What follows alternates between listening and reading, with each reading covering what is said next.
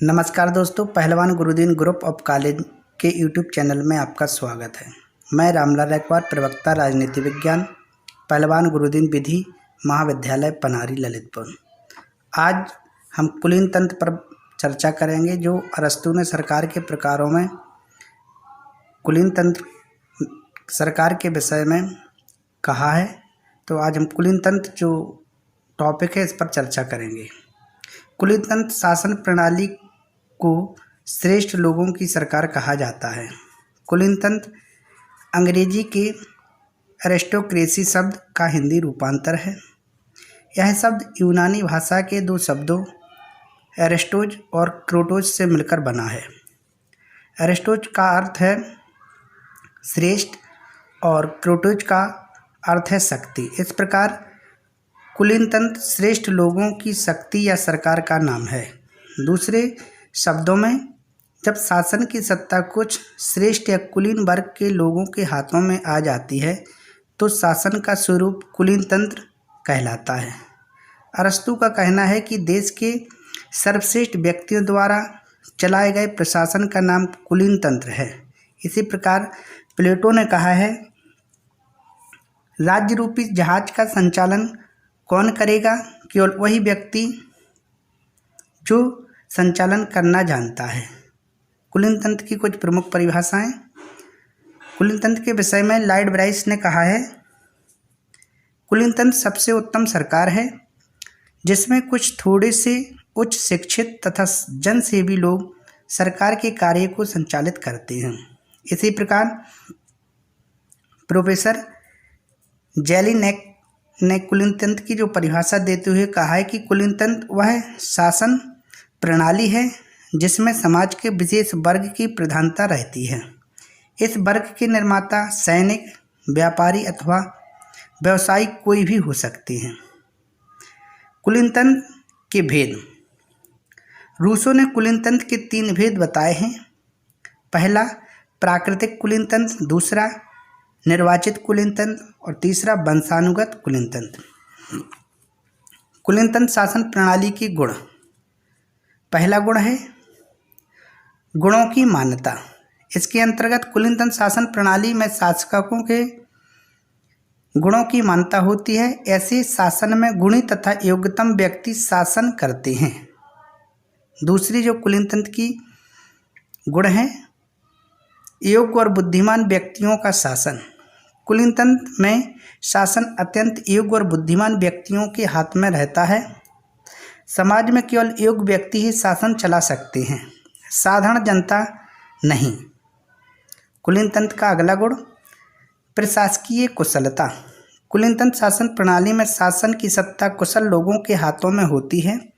वे प्रशासकीय कार्यों को बड़ी सतर्कता के साथ संपादित करते हैं। इसलिए कुलीन तंत्र शासन प्रणाली में प्रशासकीय कुशलता पाई जाती है। कुलीन तंत्र शासन प्रणाली का जो अगला गुण है राजनीतिक उत्तरदायित्व पर बल। कुलीन तंत्र शासन प्रणाली में शासन सत्ता योग्यतम तथा श्रेष्ठतम व्यक्तियों के हाथों में निहित होती है, अतः वे अपने मान व सम्मान की रक्षा के लिए शासन कार्य को उत्तरदायित्व के साथ पूरा करते हैं। कुलीन तंत्र का अगला गुण वंशानुगत अनुभव पर आधारित। कुलीन तंत्र का यह भी गुण बताया जाता है कि इसमें अनुभव सुरक्षित रहते हैं। कुलीन तंत्र शासन प्रणाली के दोष। कुलीन तंत्र शासन प्रणाली में गुणों होने की अपेक्षा कुछ दोष भी हैं। इसका जो पहला दोष है संप्रभुता की अनिश्चितता। यद्यपि इस शासन प्रणाली के अंतर्गत यह तो निश्चित करता है कि शासन की सत्ता कुलीन वर्ग के लोगों के हाथों में होती है, परंतु यह निश्चित करना कठिन होता है कि शासन सत्ता किन व्यक्तियों के हाथों में निहित है। इसलिए संप्रभुता की अनिश्चितता इस शासन प्रणाली का सर्वश्रेष्ठ दोष है। इसका दूसरा दोष योग्य शासक की अनिश्चितता। कुलीन तंत्र में वंशानुगत प्रणाली को प्राथमिकता दी जाती है, किंतु यह निश्चित रूप से कहा नहीं जा सकता कि एक शासक का पुत्र योग्य ही सिद्ध हो। कुशल शासक वर्ग कभी कभी अयोग्य संतानों को भी जन्म देता है, जो शासन को रसातल तक पहुंचा देते हैं। अतएव कुलीनतंत्र शासन प्रणाली में योग्य शासकों के संबंध में अनिश्चितता बनी रहती है। कुलीनतंत्र का अगला जो दोष है, वर्गीय हितों की प्रधानता। कुलीनतंत्र शासन प्रणाली में कुलीन वर्ग केवल अपने हितों का ही चिंतन करता है। इस शासन प्रणाली में कुलीन वर्ग अन्य वर्गों का ध्यान नहीं रखता है, इसलिए यह शासन प्रणाली अन्य वर्गों के हितों की उपेक्षा करती है। प्रणाली का अगला दोष, राजनीतिक जागृति का अभाव। कुलीनतंत्र शासन प्रणाली में कुलीन वर्ग अपने हितों की सुरक्षा के लिए अन्य वर्गों को राजनीतिक क्षेत्रों में आगे आने का अवसर प्रदान नहीं करता, इसलिए यह शासन सर्वसाधारण में जागृति उत्पन्न होने का अवसर नहीं देता। इस प्रकार के शासन में जनता को राजनीतिक कार्यों का बिल्कुल भी प्रशिक्षण प्राप्त नहीं हो पाता। अगला दोष, सर्वसाधारण के गुणों की उपेक्षा। कुलीनतंत्र शासन में कुलीन वर्ग को ही आगे बढ़ने का प्रोत्साहन मिलता है। सर्वसाधारण वर्ग के कुशल तथा योग्य व्यक्तियों को आगे बढ़ने का अवसर प्राप्त नहीं हो पाता। अतएव इस शासन प्रणाली में सर्वसाधारण गुण के अपेक्षा होती है। अगला जो दोष है, रूढ़िवादी शासन। कुलीन तंत्र में शासक वर्ग रूढ़िवादी होते हैं अतः वह प्रगतिशील विचारों एवं कार्यों को प्रोत्साहन नहीं देते हैं।